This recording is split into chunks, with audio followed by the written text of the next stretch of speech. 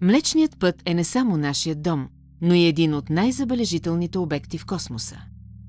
Първо, той е спирална галактика с около 100 до 400 милиарда звезди. Второ, нашата Слънчева система се намира на около 27 000 светлинни години от центъра на галактиката.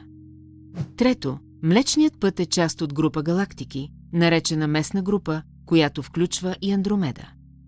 Четвърто, галактиката ни се движи с невероятна скорост от около 600 км в секунда. Пето, в центъра на Млечния път се намира свръхмасивна черна дупка, наречена Стрелец А звезда. Шесто, галактиката е около 13,6 милиарда години стара, почти толкова, колкото и самата Вселена. Седмо, Млечният път е видим от Земята като ярка ивица светлина, особено в безлунни нощи.